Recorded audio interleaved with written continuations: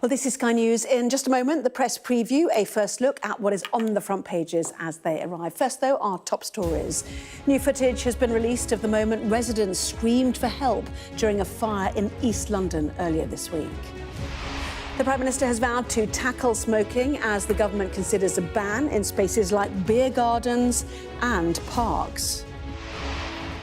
And there are warnings of potential environmental implications in the Red Sea after Houthi rebels dramatically seized a tanker carrying 1 million barrels of oil.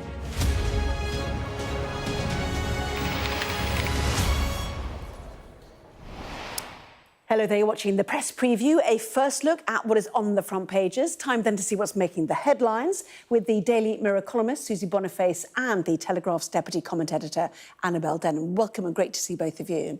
So as ever, we kick off with the front pages, and the Times is reporting on a new drive by the NHS to go into offices, pubs and building sites to help prevent workers having heart attacks by weighing them, amongst other things. The anger in the hospitality sector over Labour's plans to extend the ban on smoking in public places is top story for the Metro, with the headline "Stub out this cigs ban plan." The Guardian says the plan has put the Prime Minister on collision course with pubs, even though there's public backing for it. The Express asks, has Sir Keir sounded the death knell of the country's pubs? Annabel's paper, The Telegraph, reports that Labour is to give workers new rights this autumn to demand a 4-day week, much to the concern of many Conservatives who fear it would hit business badly. More anger for the PM in the Mail after news that he has removed the picture of former Prime Minister Margaret Thatcher, her portrait from her old study at number 10. Well, this is Susie's paper, The Mirror, which has details of the foiled terrorist plot to attack a Taylor Swift concert. The paper says thousands of lives were saved, according to the American CIA. The Financial Times says Vice Presidential nominee J.D. Vance is pressing a US tech billionaire to bankroll Donald Trump's White House campaign and fend off the growing threat from Kamala Harris. Finally, The Star leading with the story of a lioness rescued from the war zone in Ukraine and brought to the UK.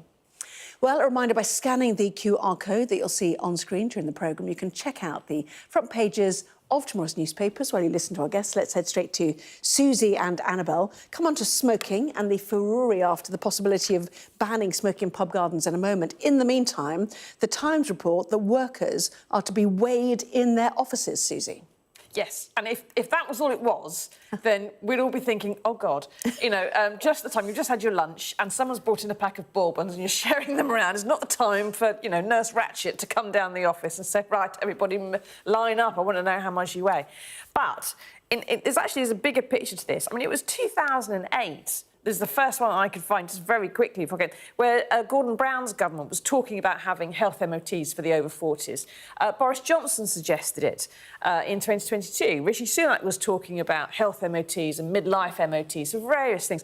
Repeated governments of every party have always offered this kind of thing because they're desperate to make us better and healthier than we are, because we eat bourbon biscuits when they come into the office. Just shove them in like they're going out of fashion. But the trouble is that fewer than half of us take up these MOTs that have been available at GP surgeries for years. And so they have to get to the point where they go, do you know what, we're going to send someone into the office. And I'm sure there is still an opportunity, if they are in your office, to go, do you know what, I'm on a very important phone call. I can't possibly be weighed today. Thank you. And you can probably find a way around it. But in my experience, people that are already very unhealthy already know it, and they either don't care or they've got other issues which is stopping them getting healthier. And I don't know whether the health MOT is a thing that would motivate someone to get over whatever that hurdle is. Yes, and the detail in this lead story for The Times is that the workplace health checks will be offered, as you said, to over 40s and targeted at male-dominated industries. Employers to have signed up include Jaguar Land Rover, where 4,500 staff from the boardroom to the factory floor, they tell us, will get the checks within months at its Solihull base. But the fascination with this is in the context of the smoking issue. Prevention is the best medicine. I suppose that's part of this. So is it right to pursue pub garden smokers, sports ground smokers, in order to save the NHS and save people's lives? That's the argument we seem to be getting.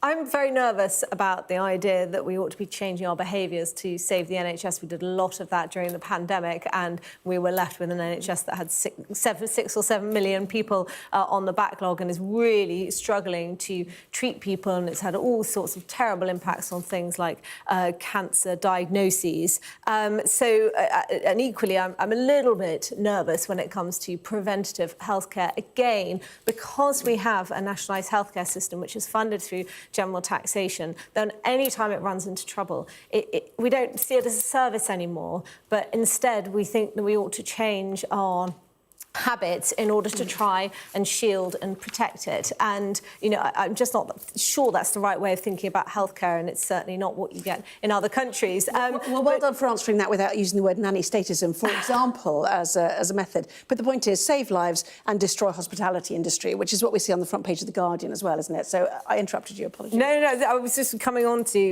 you know, the fact that there is now, you know, this collision course between Labour Party and the hospitality industry. Of course, hospitality was not sideways during lockdowns, really struggled. We had hundreds of pubs closing every year, 500 closed in 2023. So they are understandably concerned about the impact that a ban on outdoor smoking will have. Well, especially as because of the pandemic, there was a lot of investment by pubs and other, you know, restaurants, cafes on outdoor spaces to get people outside. People don't go to pubs to smoke. And pubs aren't closing because of the smoking ban. I was a waitress in pubs before the smoking ban came in, when we had a smoking restaurant and a non-smoking restaurant, and I used to go home reeking of the stuff and being forced to inhale other people's second-hand smoke, whether I wanted to or not. Then after that, the smoking ban came in, and the whole point about preventative healthcare is not that it, you know, it makes you treat the NHS differently, it's that you make you treat yourself a bit differently, and that you know, we are unhealthier than we have ever been previously. We are fatter, we are sicker. That's why we had the problems during the pandemic. And the best way to avoid those problems in the future, when the next pandemic comes along, is to try to be a bit healthier. And we find it very difficult because so many of us have sedentary jobs. Lots of people don't, but lots of people do. And, you know, there's lots of processed food. And you just need to have a bit more motivation sometimes to just get up and burn some of it off. But it sounds very simple. It does, it sounds nice, doesn't it? But as far as smoking is concerned, you know, pubs aren't closing because of the smoking ban. They're closing for different reasons. Well, I'm intrigued politically. Are we seeing more clear blue water between the Conservatives and Labour after the election than during the fight for who was going to be in power? For example, on the libertarian values that many in the Conservative Party would hold dear about not being told what to do, for example. Well, I think, unfortunately, a number of Conservative parliamentarians are quite illiberal in their tendencies, and that's why we only had about 70 rebels for the second reading of the Tobacco and Vapes Bill. So this was Rishi Sunak's, well, he tried to make it his legacy. It was going to be his legislation before it was shelved when he called the election unexpectedly, and that was the thrust of that was the gradual smoking ban. Now Labour have come along, and this outdoor smoking rule would really just be a way of toughening up that legislation.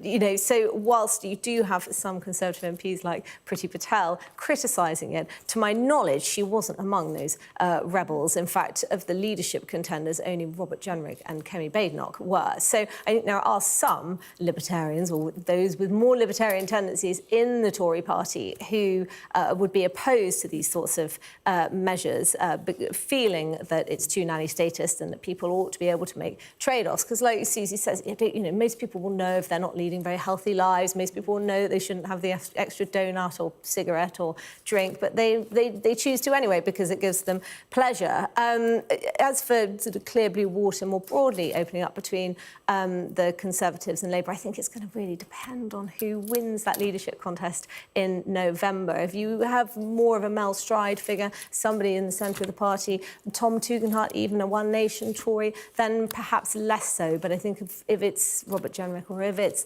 Kemi Badenoch, then you could see the party moving more towards the right, not just on the nanny state, but on economic policy as well. Well, workers' rights is another issue, of course. Takes us to the Daily Telegraph. Workers, the paper tells us, are to get the right right to demand a 4-day week, Susie? Yeah, well, they've already got the right to request one, of course, which is a legislation which the Tories brought in. But what they're talking about here now is giving you the right to demand that, and that the company, where possible, where it's feasible, has to kind of, fit in around you. Lots of workers in lots of white-collar jobs will find they've already been able to negotiate that kind of deal. And this isn't only doing 4 days work a week, it's doing 5 days work in slightly less time by doing more hours on those other days so that you can have some extra time to yourself. And the benefit of this, which if anyone in the Tory party who was arguing about it had a moment's thought to actually think was a good thing, is that it frees up office space. It frees up, it alleviates some costs, therefore, to companies. And it improves retention of staff without having to constantly make pay rises. Doesn't it just make empty offices on a Friday? Isn't that actually what it does? You just have to pay for your lease on whatever property. Some people do. I mean, I generally do. Not always on a Thursday night. I generally do the Friday night Sky pay-per-view because it suits me and my lifestyle. And there are other people who want to work on a Friday for different reasons. And, it doesn't just mean empty things. It means that people can stagger their working week, whether they want to work Tuesday to Friday or Monday to Thursday, whatever it might be, so that it suits them. But if you can retain staff by doing something as simple as that without having to offer a pay rise to keep them on, then, that's in every boss's best interest. Well, it seems Sir Keir Starmer indicated he was in favour also of working from home as well, which would increase productivity. And the point is that, governments of all ilk want to see increases in productivity and growth, which is the key word. Would this damage those two elements when growth is the end goal that you are seeking? I think there's very little in the economic literature which supports Keir Starmer's assertion that we have a culture of presenteeism, and if only more people had flexible working, remote working, or working from home, then that would solve our productivity puzzle. Unfortunately, since the global financial crisis, output has been stagnating. In the public sector, it hasn't recovered to pre-pandemic levels, and it's called a puzzle for a reason. We're not entirely sure what the causes for it are. I suspect that this increasing regulation on businesses may actually be playing a role. Now, Susie's absolutely right that if flexible working can increase productivity, if it's beneficial to both the employer and the employee, then they should absolutely be free to make voluntary arrangements of their own. And indeed, many businesses and employees do. I'm just a bit nervous that it's becoming a one-sided bargain. And if it were mutually beneficial, then perhaps we wouldn't need compulsion. We wouldn't need the government to step in and be legislating and mandating for this stuff. So I think at the same time as very importantly talking about the benefits to workers, we do need to consider the costs to businesses of accommodating some of these requests. And I know that at the moment, it's a right to request or a right even to demand, but, who decides what is reasonably feasible? If the onus is on the employer to explain why it might not suit them, particularly if these rights are coming in on day one, so they might not know the worker that well, they haven't got a relationship with them, then you can see that might be problematic, and businesses will be very nervous that they might be hauled in front of an employment tribunal if they don't acquiesce to these requests, and that could actually be very damaging to perhaps new mums who are re-entering the workforce, or women, or people who may have personal circumstances for which flexible working could be beneficial, and it might disincentivize business from hiring them. So I think we just need to. Let's use It's surely mums who are going to benefit most from this. The right to be able to stagger your working week so you can minimise your childcare, which is so expensive and often keeps parents and mums out of work, especially for single parents as well. The ability to say, I'm going to work only 4 days a week, do the same amount of work, I'm going to pay for the same, less childcare, I can stagger it more with my partner maybe, or with grandparents, and I can get back to work and I can afford the childcare and I can raise my child and I can still keep my job. I think it'll be very interesting, just the change in the language to compressed hours, because previously Labour and the unions have been talking about a 4-day week, but actually doing 4-day weeks worth of hours rather than 5 days, squashed into 4 days. And I just wonder, given the sort of row that was brewing between Labour and the unions over the New Deal for workers in the run-up to general election, whether they will be satisfied with the idea that workers have... And certainly the idea of nursery costs or free childcare is... it keeps women in work, and it means they don't have to take career breaks. Yeah, but that's a whole other subject, isn't it, to be fair? Now, lots more stuff to come. Front of the Daily Mail, outrage as Sir Keir Starmer removes Maggie's portrait. That after the break.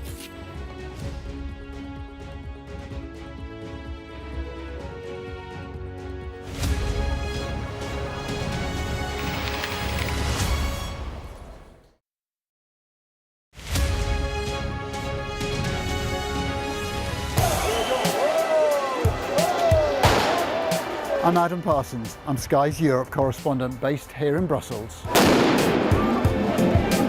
More flares going off, a volley of rocks, cobbles have been pulled up out and are being used as missiles to hurl at these police.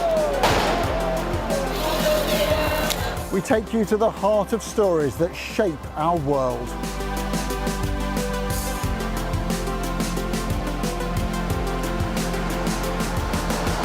We aim to be the best and most trusted place for news. We have now left Italy and entered France. Nobody's asked to check our identity. Made by people who dare to challenge. Nice to see you again, Mr. Barnier. Why? Meeting you. Fishing does have the potential to stymie an enormous economic deal. What strikes you when you come to this glacier is not just the way in which the environment is changing, but the speed at which those changes are happening. It's devastating, actually.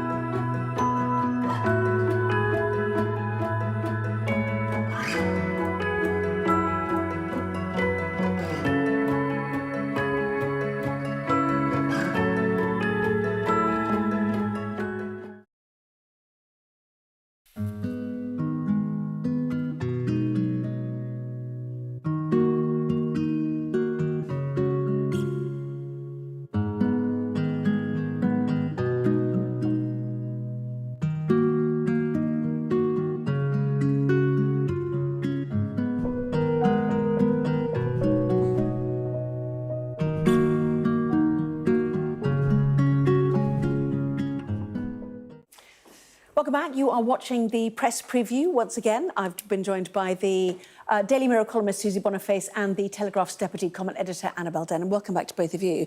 We have seen Sir Keir Starmer alongside Olaf Scholz in Germany this week and President Macron of France as well. And here we are, front page of The Guardian, suggesting that European member states are working on an updated proposal for a youth mobility scheme with Britain. The idea that under 30s could move around. The question is, would this wash with those who supported Brexit, do you think, Annabel? Or would it still be seen as a Brexit betrayal, even if it's just younger people? Sure, I think that it would probably be seen as a Brexit betrayal. People would be very uncomfortable with the idea that they voted to leave the bloc. Many people on immigration grounds to regain control of our borders, only to discover that the under 30s now being offered free movement. And I think they might have concerns about the logistics, the details of it. You know, what happens when somebody turns 30? Are we going to boot them out on their 30th birthday? I think it's highly unlikely that we would necessarily be deporting these people. And it's coming in a week, of course, when Keir Starmer has said that he wants to reset with the EU, that he wants to turn a corner. And I suspect that many Brexiteers, you know, have really got their ears to the ground. They're extremely nervous about what Labour's plans are. You know, 8 years after the vote, you know, the Tories have failed completely to take advantage of the opportunities of Brexit. Well, it looks like Labour are looking for any excuse to Well, you say that, but actually this paper says that Labour rejected an earlier proposal, out of hand, it says, been put by the European Commission, hence the rework. It's thought new proposals, The Guardian says, would allow Starmer's team a fresh start on the issue, including a possible counter-proposal and thereby minimising any political opposition by Eurosceptics. This is one of those stories that is told a different way in every newspaper, depending on who's reading it. And so for The Guardian, which is writing for the world's geography teachers, this is exactly what they want to hear. We're going to have freedom of movement, hooray, don't worry, the Germans have sorted it out. In Annabel's paper or in the Daily Mail, they're going to go, oh, my God, it's awful, it's a Brexit betrayal, outrageous, there's going to be young people moving about, they're not supposed to. And in other papers, I mean, I think on the front of the Mirror today, it's a reset of Brexit, and everyone's going, oh, thank God, we can stop moaning for a bit. It's different everywhere. The fundamental thing, all anybody needs to know, is that Keir Starmer has already said, no, not going to do it. So Germany can rearrange whatever they like. The right-wing newspapers can complain about whatever they like, and the Brexiteers can get very upset about as much as they like. It's not going to happen at the moment because he just doesn't want to and he can't anyway. So, OK. Waste of time. 1 minute left. Going to talk about Maggie. Front page of the Telegraph and the Daily Mail as well. Starmer took down an unsettling portrait of Thatcher from Number 10, which has led to, right down the bottom there, which has led to outrage by the Daily Mail. Just 50 seconds left. Apologies for the briefness. Well, you could see why this is quite a divisive move, can't you? And an unnecessary one. Why does Starmer feel... Yeah, but this, you know, let's not forget that this was a portrait that was commissioned by Gordon Brown when he was Prime Minister back in 2009. It hangs in the Thatcher room, no less. This, you know, this does feel Don't go into the Thatcher room, that would be much simpler. Well, exactly. Well, why not steer clear altogether? But, you know, I do think, you know, to many people, Maggie Thatcher is an inspiration, that Keir Starmer represents the country, not the Labour Party. And, you know, one wonders whether part of this is, you know, because it's deeply uncomfortable for Labour that they still haven't had a female leader. Well, he's only moved it. He might have moved it to the throne room. Who knows? But he's not burnt it in a massive funeral pyre, so everyone's calmed down a bit. We'll find out where it's gone. Susie, Annabel, thank you very much indeed. See you for the 11. Here's the weather. Well, high pressure will bring mostly settled conditions to end the week, but a thundery breakdown possible from Sunday. Tomorrow then, largely fine, if rather cool. The breezy north of Scotland will see a few showers. Any early fog patches in the west will soon lift. Most places then staying dry, calm, sunny through the morning. Blustery showers in the far north tending to fade away. Feeling warmer than today overall. An onshore flow will keep eastern coasts of both Britain and Ireland cooler. Afternoon similar, mainly dry, good sunny spells into the evening. Most places also fine on Saturday too. Sky News at 11 is next. More on all the top stories and the newspapers. Back in a moment.